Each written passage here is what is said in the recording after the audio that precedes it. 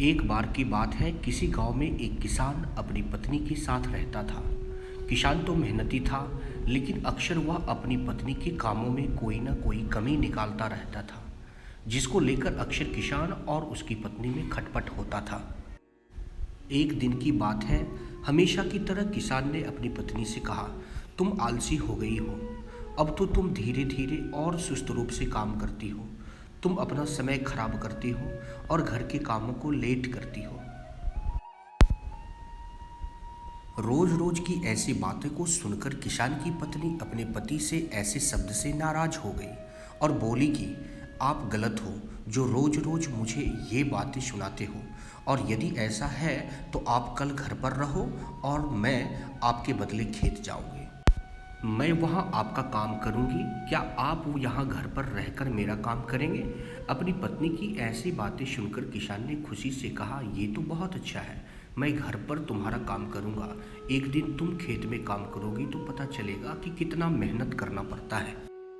फिर इसके बाद पत्नी ने अपने पति से कहा, कल जब घर का काम करोगे तो सबसे पहले गाय का दूध निकालना है, फिर सारे कपड़े धोने हैं, बर्तन धोने हैं, मुर्गियों का ध्यान रखना है, घर की साफ सफाई करना है और सूत काटना है। इतना सारा काम करना है। फिर अगले दिन किसान की पत्नी सुबह सुबह खेत गई और किसान घर के कामों के लिए घर पर रुक गया। फिर सबसे पहले उसने एक बर्तन लिया और गाय का दूध निकालने के लिए चला गया।